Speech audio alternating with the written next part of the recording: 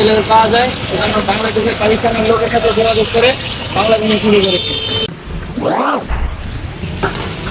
Hello, আসসালামু আলাইকুম। চলে এসেছি সেজদা কাবাব স্ট্রিটে কাবাব খেতে। এটা ভদ্রার মোড়ে অবস্থিত। সত্যি বলতে কি, সেজদা কাবাব সিটি এত সুন্দর ডেকোরেশন করেছে যা আপনারা দেখেই মুগ্ধ হবেন এবং মনে হবে যে নদীর পাড়ে আপনি বসে আছেন।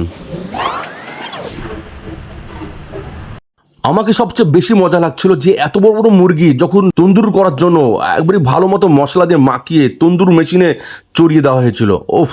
আর এই কাবাবগুলো রেডি করা হচ্ছে পুরানোর জন্য। সত্যি কথা বলতে কি, এত সুন্দর পরিবেশ যদি পান খাওয়ার জন্য, তাহলে অবশ্যই পরিবার এবং বান্ধবীদেরকে নিয়ে চলে যান আজই। সেজদা সিটিতে আমি যা দেখলাম, ওখানে কাস্টমারের অর্ডার নেওয়াটা এবং কাস্টমারকে খাবার সার্ভ করাটা অত্যন্ত নম্রতা ও ভদ্রতার সহিত তারা দিচ্ছে। এটাতে ভালো লেগেছে আমার এবং আমি এটাতে সন্তুষ্ট। এমনকি আপনারাও সন্তুষ্ট হবেন।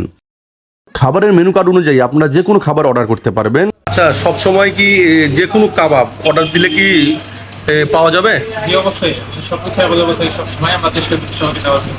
আচ্ছা, মুরগির পিসগুলো দেখলাম অনেক বড় বড়। সব সময় কি একই হয় না? একই সাইজ হয় না? আচ্ছা ভাইয়া, আমরা কি অনলাইনে এটা অর্ডার দিতে পারবো?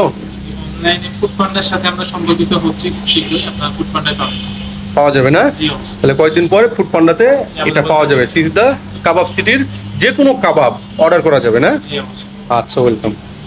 এবার পালা আমার। আমি এখন খাবার অর্ডার করব এবং দেখব এখানে কোনটা কোনটা টেস্টি কাবাব আছে সেটা খেয়ে। তো বন্ধুরা, রেশমি কাবাব 150 টাকা এবং মাংসের কাবাব 180 টাকা করে মূল্য।